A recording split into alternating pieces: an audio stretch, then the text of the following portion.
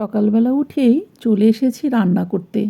আজকে বরমশাই নিয়ে এসেছিলেন সরপুঁটি মাছ আর শাক আর খাসির চর্বি। তাই দিয়ে আজকে আমার রান্নাটা সেরে নেব।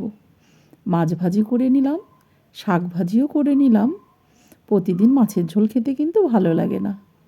আর ভাবছি খাসির তেল দিয়ে আর বাড়ির গাছের কাঁঠাল দিয়ে একটা রেসিপি করব। যেই ভাবা সেই কাজ। কাঁঠাল পেড়ে নিলাম, কাঁঠালকেও ডুমো করে কেটে নিলাম আর আলু ডুমো করে কেটে লবণ হলুদ জলে ভাপিয়ে অর্ধেক যখন সেদ্ধ হয়ে গেছে তখন নামিয়ে তেল দিয়ে আবার ভেজে নিলাম। এবার ভাজা হয়ে গেছে, কড়াইয়ের তেলের মধ্যেই এবার ফোড়ন দিয়ে দিলাম গরম মশলা আর শুকনো লঙ্কা। তার মধ্যে আদা বাটা, পেঁয়াজ বাটা, কাঁচা লঙ্কা বাটা, টমেটো সব কিছু দিয়ে মশলাটাকে কষিয়ে নেব। আর দিয়ে দিলাম লবণ, হলুদ, লঙ্কার গুঁড়ো, জিরের গুঁড়ো অল্প দিলাম। তার মধ্যে চর্বি দিয়ে একটু ভালো করে মশলাটাকে কষিয়ে নেব।